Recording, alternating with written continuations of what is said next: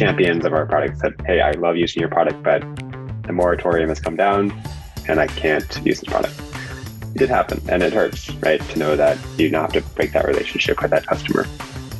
But honestly, more often than not, there was consideration, there was thoughtfulness, there was re-auditing, right? I think as much time and focus as we put into the remediation effort itself, thinking about these forward, some of the points that we just walked through about what we changed about our system. And we did re-audit with customers, and I'm very thankful that a lot of those customers have actually retained their business with us. Hi, you're listening to The Secure Developer. It's part of the DevSecOn community, a platform for developers, operators, and security people to share their views and practices on DevSecOps, Dev and Sec collaboration, cloud security, and more. Check out devsecon.com to join the community and find other great resources. This podcast is sponsored by Snyk. Snyk's developer security platform helps developers build secure applications without slowing down, fixing vulnerabilities in code, open source, containers, and infrastructure as code. To learn more, visit snyk.io/TSD. That's SNYK.io/TSD.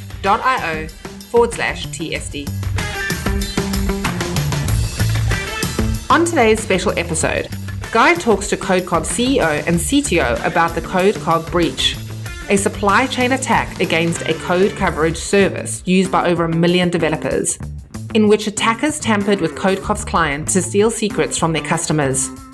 CodeCov responded urgently and transparently to the breach, and today Jerrod and Eli describe the attack and their responses, alongside their state of mind and learnings. Hello, everyone. Welcome back to The Secure Developer. Today, we have a very special episode. We're going to dig into the CodeCov breach, which you might have heard of. And we're very fortunate to actually have the people that were able to sort of handle this and willing to share their experience doing it, which are Jerrod Engelberg, who is the CEO of CodeCov, and Eli Hooten, who is the CTO. Eli, Jerrod, thanks for coming onto the show and for kind of willing to share your learnings and the experiences, even if not all of them were sort of maybe the pinnacle of sort of joy as some of this journey. Absolutely, Guy. Thanks for having us on. Big fan of the podcast, listen to many of the episodes. And if we can help at all, giving some of our learning and knowledge back to the community, I think we've done a good thing here. Yeah, thanks for having us, Guy. So before we dig in, let's kind of get the listeners educated a little bit about CodeCov in the first place to kind of set the stage a bit. Can you tell us a little bit about what is CodeCov? What do you do? And maybe a bit about how is it that you integrate into customer environments that kind of sets the stage for what happened? Sure. I can talk about CodeCov, and then I'll pass over to Eli to talk about how we integrate. So CodeCov fundamentally is a code coverage tool, but really we think of ourselves as helping customers improve systematic testing during the change management process. A lot like, if you all know the product Snyk that Guy has founded, like that, right? We've brought code coverage into the PR or pull request or merge request flow, where we're looking not just at what is your code coverage absolutely, code coverage, a metric of how well tested your code is, but rather how is that testing changing from commit to commit, from PR to PR.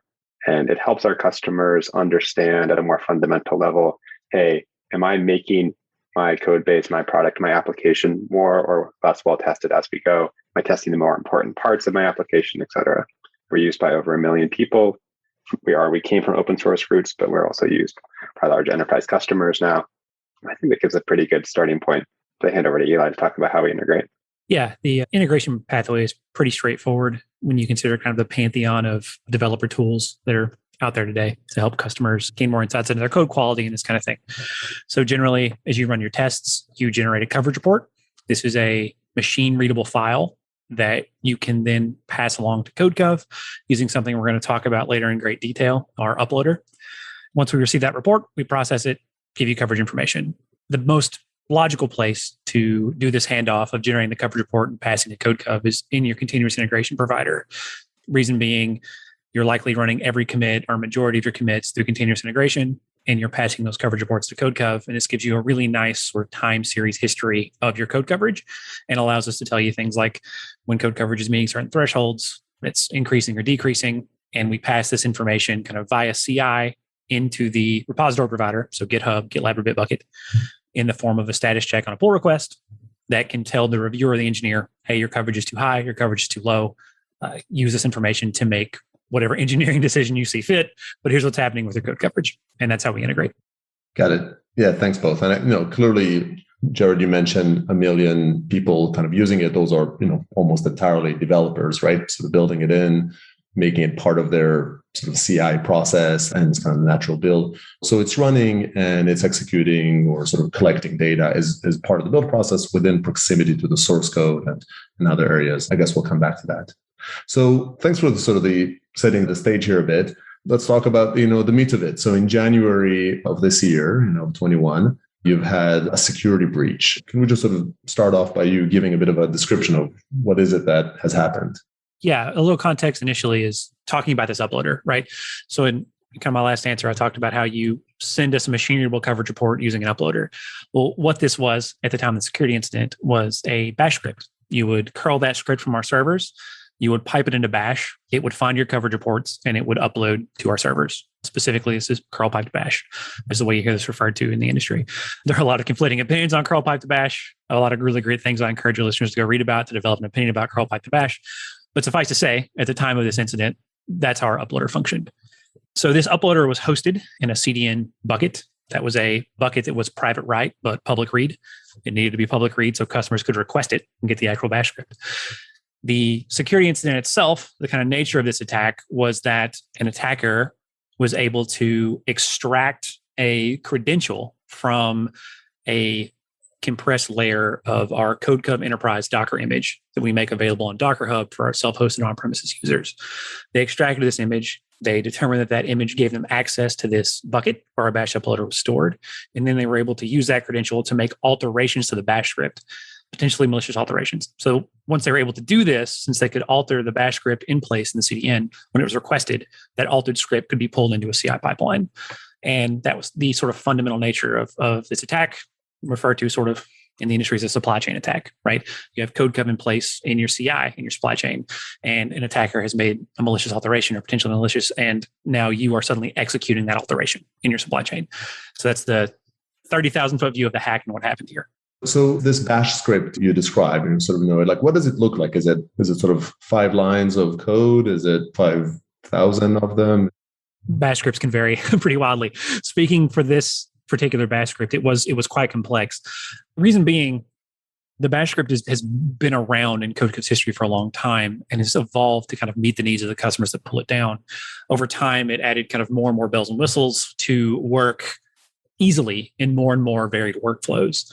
As a result, you end up with a bash script that is quite long. I think several hundred lines of code or what comprises, and it's all bash, right? And so the script itself was kind of big, kind of involved, had a lot of moving parts. And as a result, I think that it kind of made it easier potentially to change that or alter it in a way that a customer or we might not be able to tell immediately. Got it.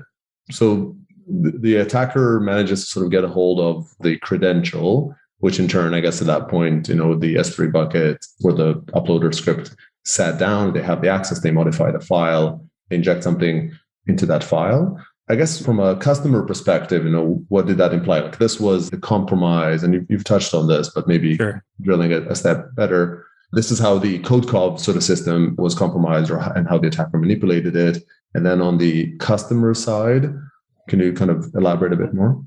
Yeah. So what the attacker did essentially was enumerated the environment where the CI was running, basically running an env command, right, to see environment variables printed. The issue that arises is that in some CI pipelines, these environment variables may represent secrets or credentials that access other parts of a company's infrastructure, right? Perhaps maybe for example, there is an environment variable that's a token to access AWS or some kind of infrastructure. Maybe there's a Google Cloud Platform service account credential, right? Or something in there that can then be extracted from the environment and used in a follow-on attack specifically targeted at that company, right? So the ENV was taken and it was piped to just a third-party server where the attacker could then review later at their leisure. And so how that impacted customers, was depending on the configuration of their CI, what they had in their environment, how things were set up, they could have leaked credentials to this attacker. Got it. Yeah, and these secrets, I guess, they can vary a fair bit, right? Depending on sort of the potential customer system that would move around. Of course, if you're an open source library and you're used to your CI being totally open and everything being visible, you may not have anything of consequence in there. There might not really be any real reason to worry about it. If you're in a closed source case, or you're potentially like putting a lot of secrets into your CI, or your CI process is doing a lot of work across your infrastructure or your stack, there could potentially be quite a few sensitive secrets or environment variables there that would be concerning if leaked. And stealing environment variable may be more or less severe depending on the surrounding, but it's not, correct me if I'm wrong, but it's not the worst thing that an attacker could have done sort of running in this scenario, is it not? Did we just kind of get a little bit lucky that you're sort of stealing environments? Or in theory, the attacker could have also sent like the source code or things like that, or there are other mitigating controls that kept him. Right. So I'll be very clear that, just for the sake of your listeners, that what happened in our case was enumerating environment variable assumed to a third party. In the grand scheme of things you could do in a CI, if you're executing bash that you've modified in a CI environment, you basically have access to whatever that machine knows, right? So if you've cloned source code onto that machine, it's possible that a script could be written to attempt to find it and extract it, depending on how it's cloned, where it is, what you're doing with it, this kind of thing. So if you're building assets or secondary assets in your CI, they could perhaps be taken. While this is possible, my own opinion is it can be kind of difficult, because what you're having to do is pull things that may be specific to the CI or specific to the company. And at the point that you're making modifications to this bash script, you don't know those things, right? They're specific to the CI configuration themselves. So yes, there's more that could happen, definitely. But in our case, it was the environment variables being curled to a server.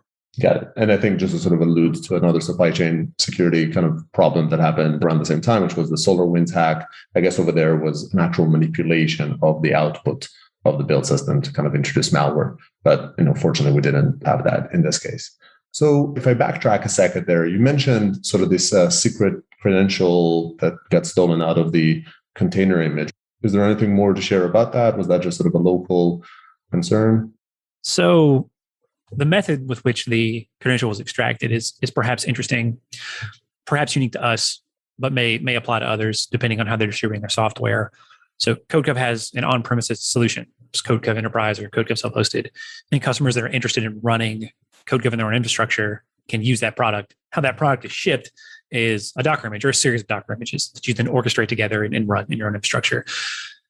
These images that are themselves public, you can go to Docker Hub and you can see them, and the customer can pull them easily. And this is to make pulling easily from Docker Hub to make sure your infrastructure stays up to date and this kind of thing. So you can pull that image, you can attempt to extract layers, you can use certain tools to look at the intermediate layers of any Docker image. You can attempt to find things that may be in those intermediate layers that you can then exploit. This is actually, I'm venturing a little bit into speculation at this point, but a more common problem than you may think in Docker images themselves.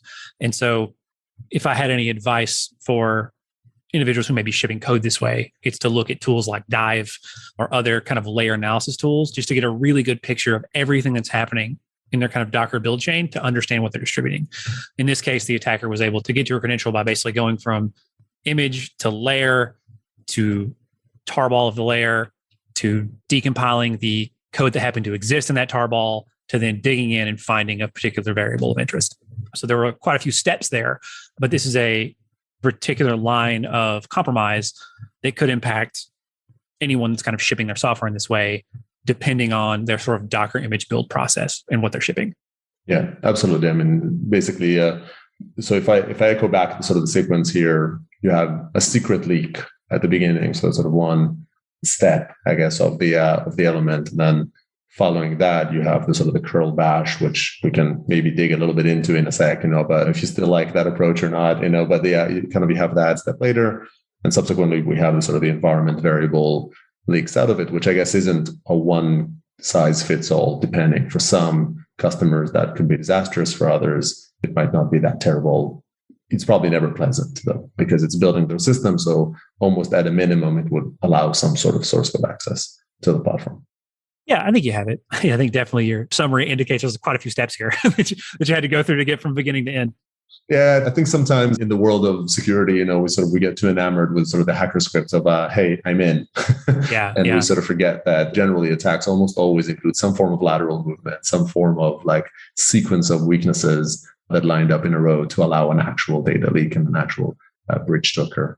Well, thanks for this. And I guess maybe we move. So this is the technical. I think it's pretty clear about what was the weakness and what was the chain.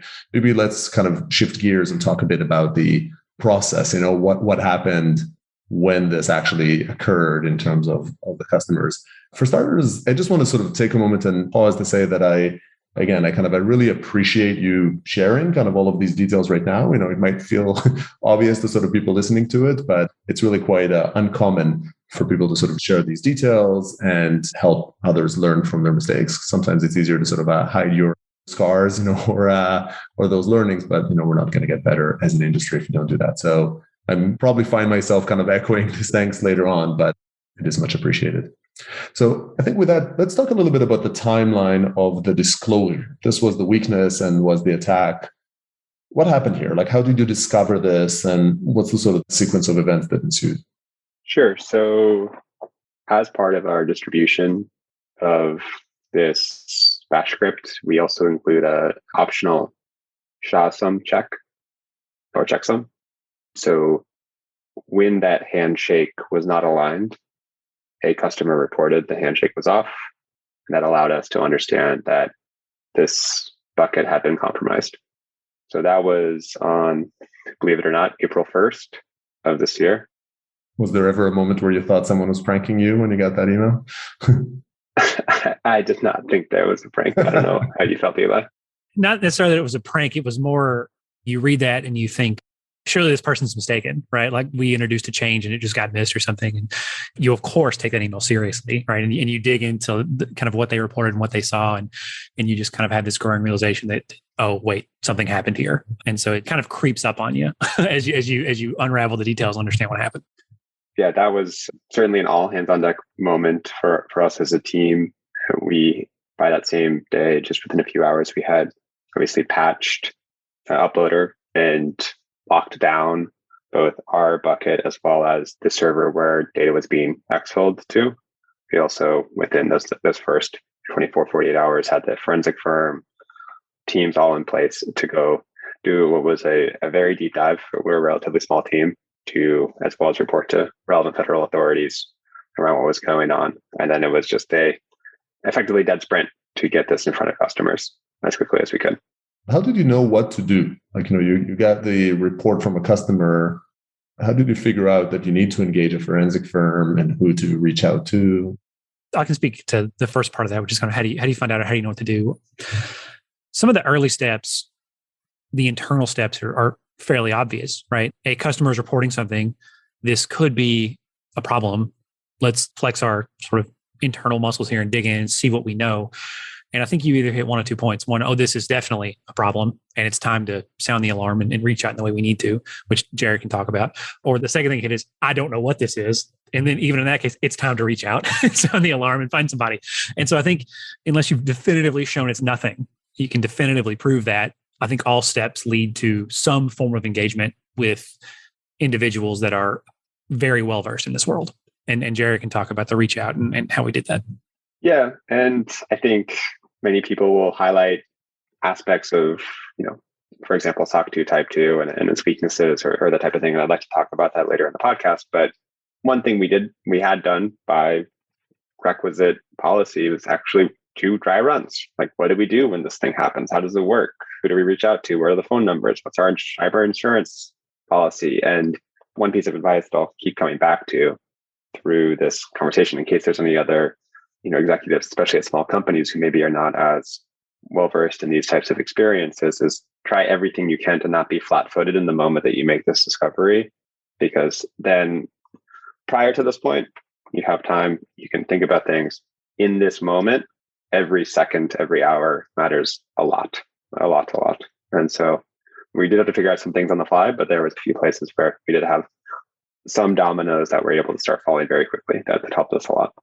Yeah, I mean, it's great to hear that the soft-tooted dry run kind of kicked in. I think we often get to sort of think about these things as just a necessary evil to sort of get a sale done and forget, well, there's an actual sort of security value to them. So we'll come back to that. Like, I do think we need to learnings. But coming back to the flow of it. So, you got the disclosure, you dug in, you understood it's a real problem. You knew a few of the steps, like informing the authorities and the forensic firm right away.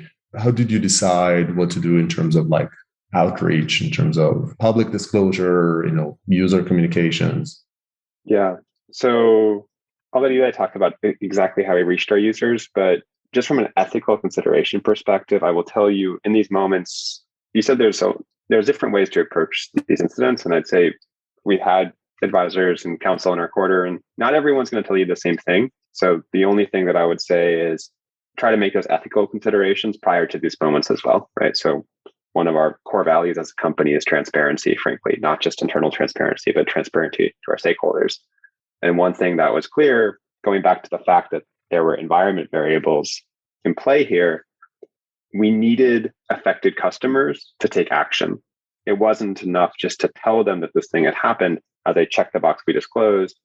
If there were printed environment variables in the CI environment, we needed customers to roll those variables, right? Or it was like, we very much wanted to work with them to do so.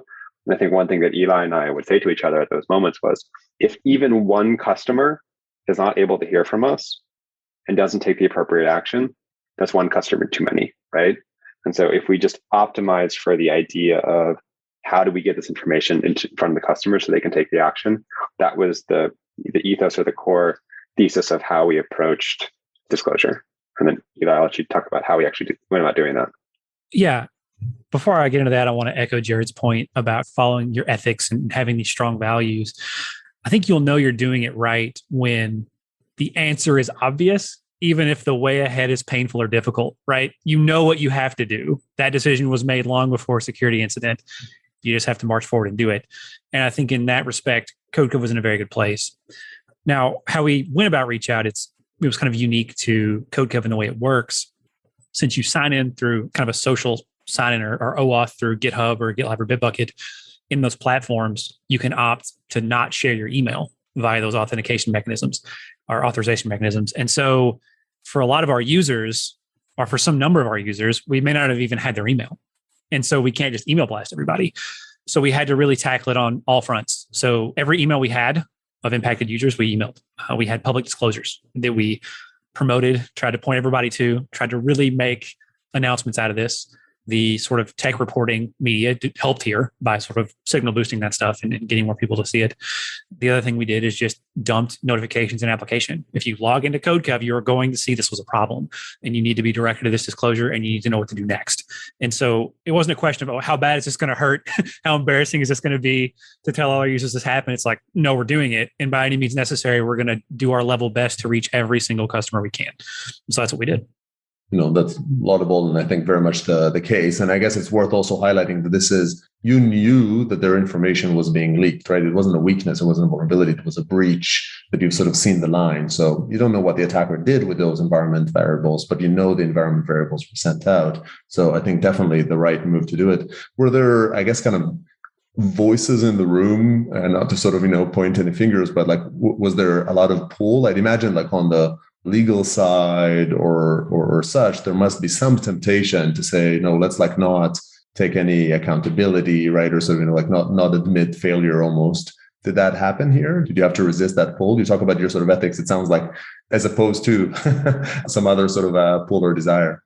Without pointing fingers in any way, there were times where we received some amount of counsel to at least consider not going public. So I'm not saying it was necessarily even bad counsel per se, but just be aware that if and when you go through this, you probably will either feel something internally pulling you that way or something externally.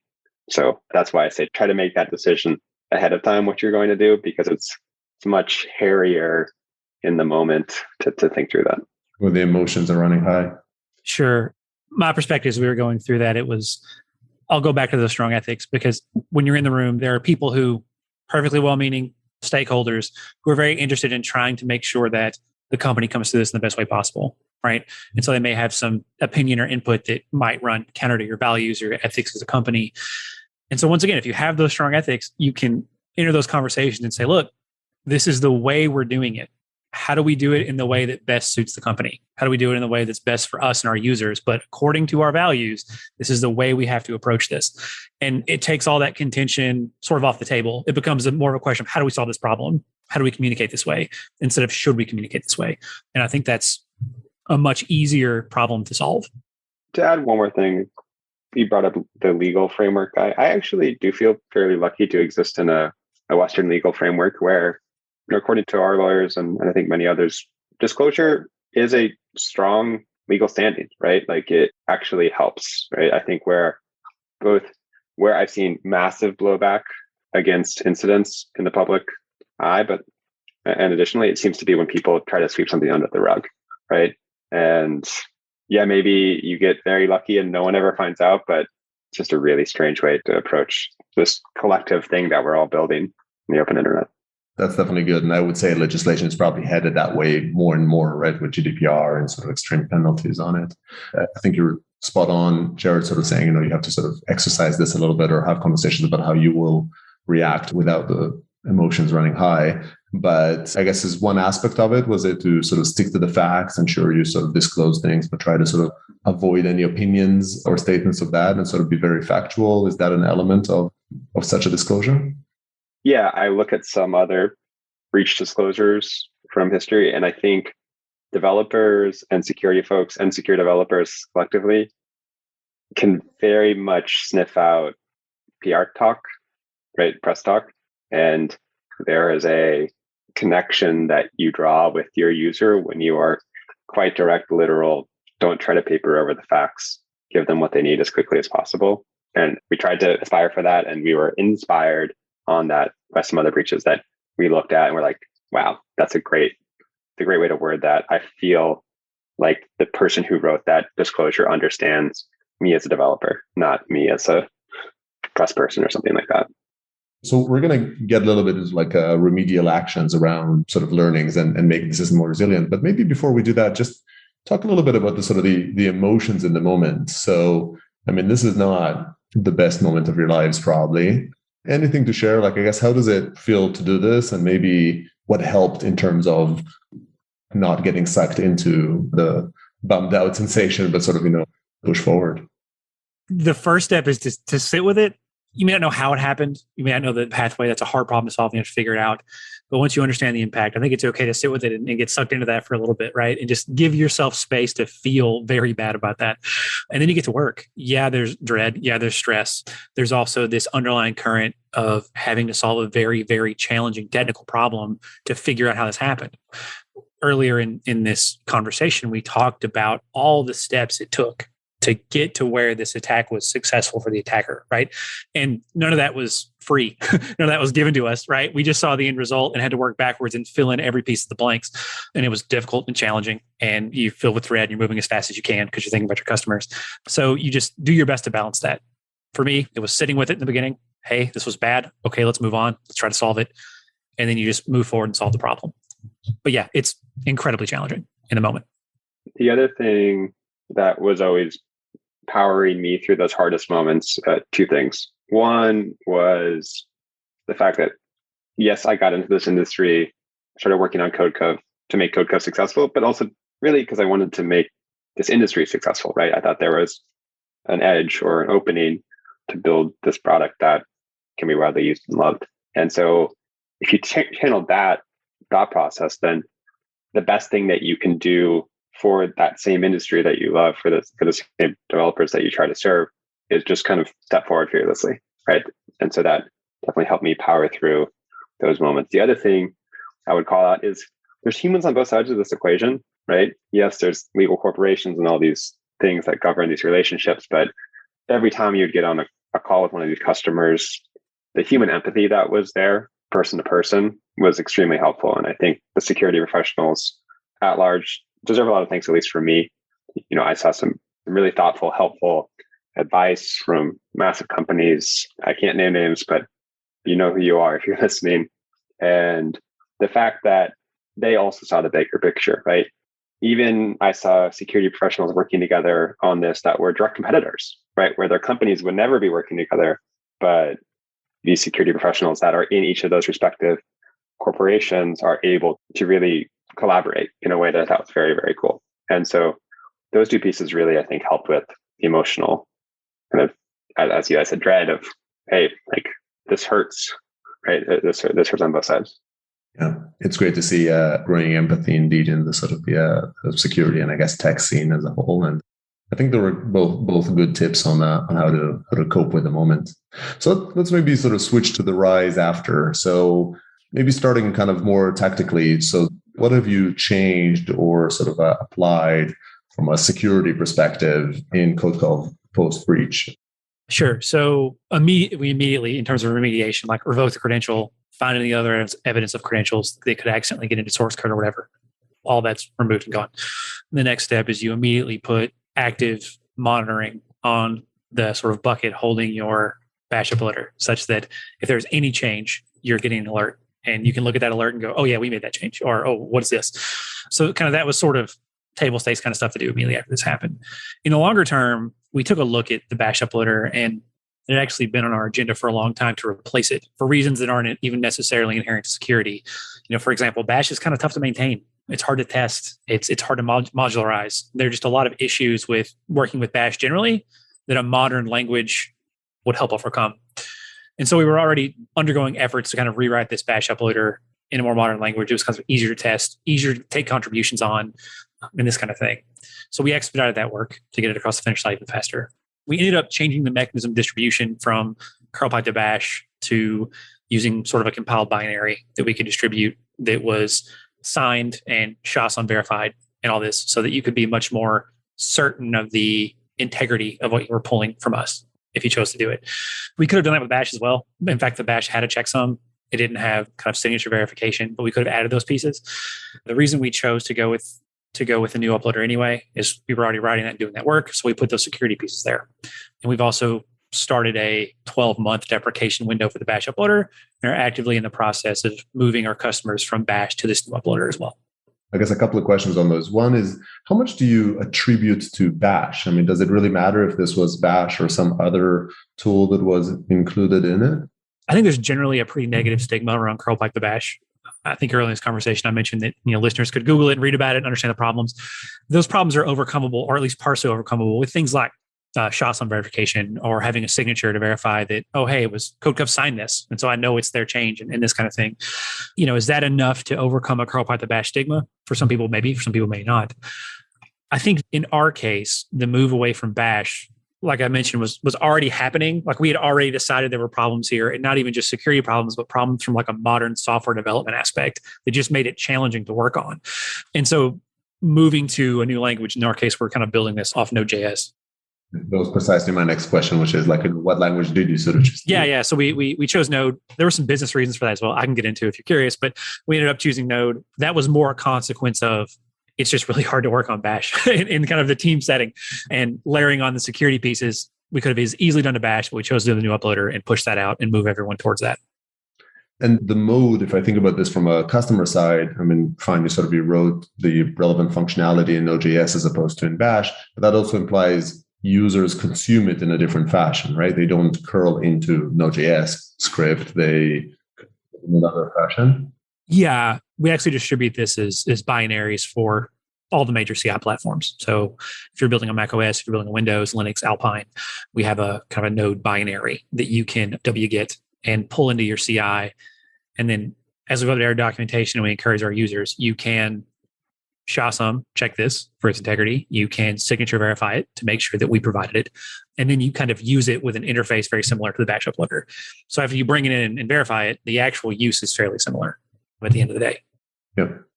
And how do you get users to actually apply that checksum? So you're, fundamentally, you can wget without doing checksum verification as well. And that binary can also be tampered with. It's a bit harder than bash, but it can also be tampered with. How do you get users to actually, run the right line? Yeah, of course. So ultimately, it becomes an education problem, right? I can't step into your CI and write these lines of code for you to do the verification or this kind of thing. So in our public documentation, kind of where we provide the new uploader and talk about it immediately on that page is, hey, here's how you verify. Here's how you SHA-SON check. This is exactly how you should do it. We highly recommend you do it. But at the end of the day, I can't make you. And so if a customer chooses not to, there's not a lot we can do. However, whenever we can wrap our own uploader, so for example, like GitHub Actions, Circle CI orbs, then we can actually add these things out of the box for the user as well. But make no mistake, Guy, our industry has a distribution problem, right? Until this is zero trust, I don't want to step on a future question, but until this is zero trust, it's like there is always this handshake, right? And we can make the handshake more and more sophisticated, but it's definitely something that I think a lot about as we move forward and what can come next.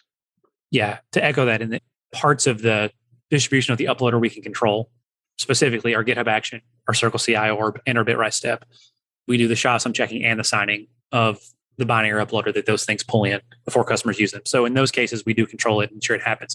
But if you're bringing down the uploader yourself, like in your own CI, it falls onto an education problem for us to make sure that you know you can do these things and why you should do them. So we talked about sort of the actions, the immediate kind of monitoring actions, sort of remove the secrets, sort of the change the bash uploader to an OJS. Any other sort of notable technical learning, I guess, or sort of, tools added? Yeah, there's the Docker side of this, right? Ultimately what kicked this off was the ability to find something meaningful in a Docker layer. So Docker has some experimental support for squashing that may become kind of more in the mainline release. So you can flatten your Docker image and not have those intermediate layers. That's one thing.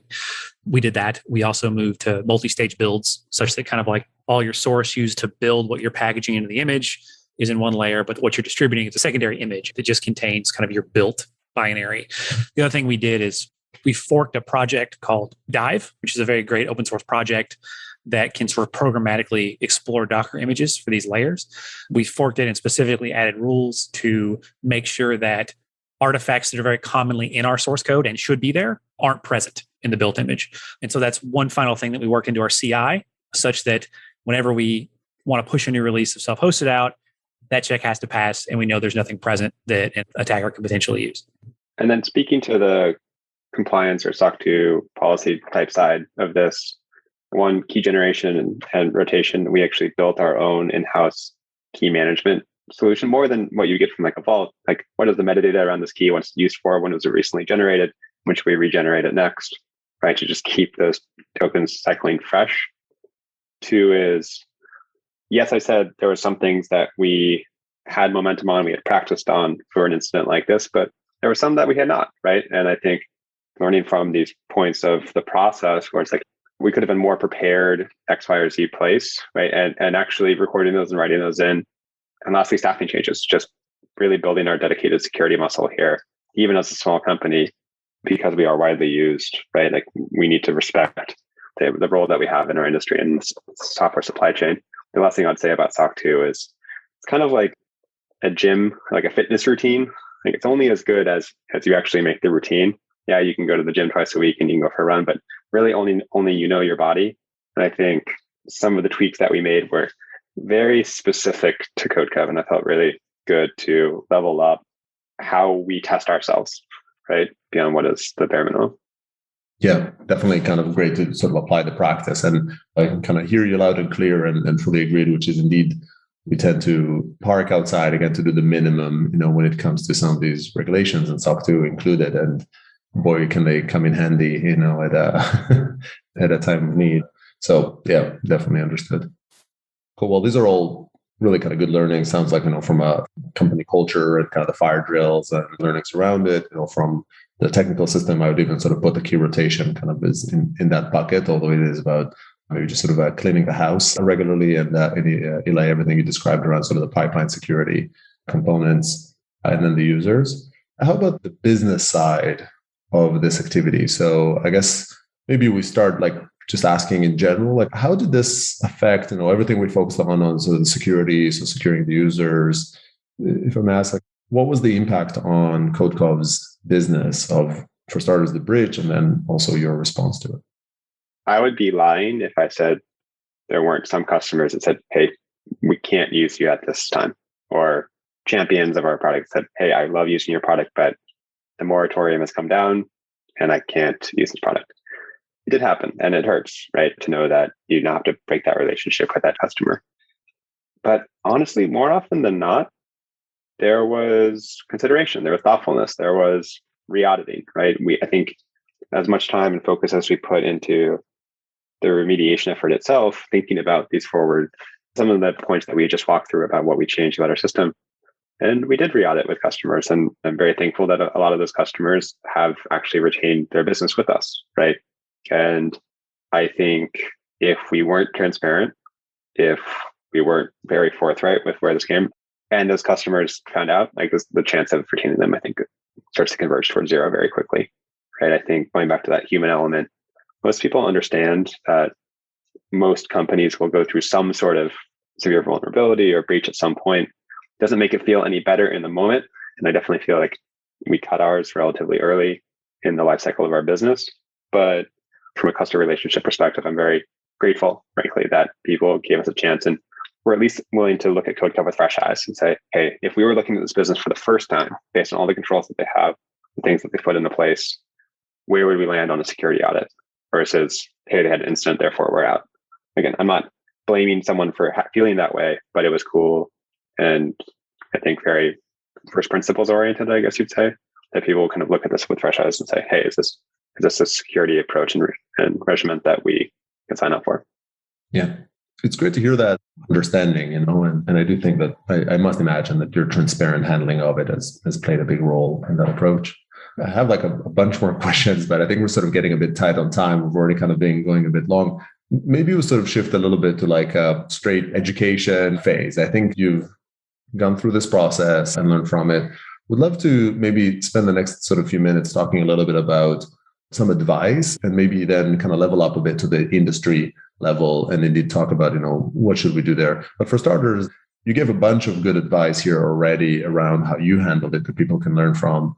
But straight up, if you're talking to a fellow CEO, CTO of a company, what would your primary advice be, having experience what you did? One of the most important things I learned from this process, and we've talked about it a bit, is that your most important tool in this process, in my opinion, is people. Lean on your network, lean on your team, lean on individuals that are legitimately interested in creating a more secure sort of software ecosystem, right? Jerrod mentioned earlier on in this conversation that he had instances of security teams who may be on direct competitors, like working together, right, to try to help solve these problems and understand what's happening. And I think that's just a great story for how the human side of security works. Everyone legitimately wants to help you. No one wants these problems to exist. No one wants companies or people to be dramatically impacted by things like this. So don't be afraid to talk about it. Don't be afraid to reach out. Don't be afraid to have honest conversations with people that can work hard to help you. And that applies both externally and internally. One of the things that we had to do inside the team was kind of split focus, right? I mentioned earlier that this was a hard problem, like figuring out how all this happened on the technical side was very difficult. And so we immediately split the team and said, hey, half of us are going to work on this. Everybody else, you got to keep the business running forward. Like you've got to keep kind of doing the day-to-day and getting things across the finish line. And having that trust internally, I think, is what helped us to have the outcome we did. And then having the trust externally with other individuals in the security space to give us good advice, to be helpful, to do their best to make sure we were successful. We couldn't have gotten to where we were without it. And so if anything, trust people. They'll help you in this case. My advice for a CEO or CTO going through this, especially one who's at the earlier stage of growth of their company, look, you may not have a CISO or some super senior security professional on your team that's going to be the champion of this. And like with all hard problems in a business, it ends up falling to the executives, right? If no one else can take it. So first of all, just internalize the fact that this is going to be on your shoulders, right? And that's okay. But knowing that will happen, what is everything that you can have in place ahead of time? Knowing that, again, I'm sorry to tell you, but most companies will go through something of some type, severe vulnerability incident. And so just thinking about, hey, in that eventuality, who's the first phone call I'm going to make? Sure, maybe I don't have a CISO, but maybe I have a great security advisor, right, who's gone through it. I don't want to name names because we haven't announced this investment yet, but we have some great security folks on our cap table that honestly made a huge difference. It took days to hours and making the right contacts, getting the right advice, jumping through some of these things. So knowing who your first phone call is, knowing what that process is, having the cyber insurance policy in place, please do it for so many reasons. That's everything before. And then in that moment, stick to your guns, think about the reasons that you're doing what you're doing, stay super customer centric, because think the best thing that you can do for the longevity of your business is just keep your customers absolutely front of mind. And then coming out of the event, ask a ton of questions. I mean, a lot of the changes that we made to our systems, yes, we had some good ideas, but we also talked to a ton of customers and said, hey, what do you want to see here? How would you want us to bounce back from this? Where were your concerns? Some amazing, very senior security folks at large companies give us great feedback on our actual postmortem and how we're changing things. Hey, that's great, but have you thought about X, right? And so you're just not going to know all of this in one go. And so kind of finding that advice and counsel all the way through and being very humble in that discovery process and truth seeking, I think really is what got us through here. I think all very sound advice, and I guess it all comes back to don't try to sweep it under the rug. It's if you actually sort of engage and you trust and you open up, you'll reach a better outcome. So talking a bit industry wide here, Jerrod, you were talking about sort of the industry has a bit of a distribution problem, or maybe not a bit. I guess, how do we think about these types of, I would sort of say CodeCov is, it's a great tool, a great solution. It's used very, very broadly. And probably a big part of the sort of maybe waves or news that it made, were related to the prevalence. I think that's also true for Heartbleed and the likes. Yes, the vulnerabilities or the breaches themselves, are noteworthy, but also just the sort of widespread nature of the solutions. I don't know if you sort of agree with that or not, but how do we tackle this as an industry? How do we get better? What are our problems and maybe what are good actions we should do? I do believe that in a zero trust future for our industry, I believe that we will find a way to get there, or at least very proximate to zero trust, because we've taken the steps, we've shown the IDs, we've taken the phone calls, right, to try to prove we are who we are, and all the things that happen within that. And we're close to now projects like SigStore that I think is really promising. Eli can talk more about that. But fundamentally, I'm a huge believer still in open source software. I'm guessing that's part of the reason that you do what you do as well, Guy. And I think it's been a huge driver, this open source movement, the dependencies that we have all around us in this huge innovation curve that we've experienced over the last few decades. And so instead of trying to turn our backs on that and becoming insular, the question is, how can we, in a maximally safe way, interact with one another, right? Often, I think, probably in the open, right? That can shine these lights. Can you actually say a few more words about SigStore? I'm familiar with it, but not everybody is. Can you say a few words about that? So one of the things we asked ourselves after this happened is, how can we ensure kind of the integrity and safety of what we're contributing to the supply chain, right? In this case, kind of the CodeCov bash uploader. So we looked around for solutions. We ended up settling with kind of SHA-SUM checking and signing, like I talked about. But there is an emerging project called SigStore. Has a lot of industry backers, and its specific purpose is to code sign the things that you're sort of shipping and kind of verify the things that you're contributing to the supply chain. It does this through the use of a kind of a public open ledger. I'm really hand waving it to kind of get it across to your listeners, but there's a sort of study of a public open ledger that basically you could use to say, hey, CodeCov did the latest change to the uploader at this time.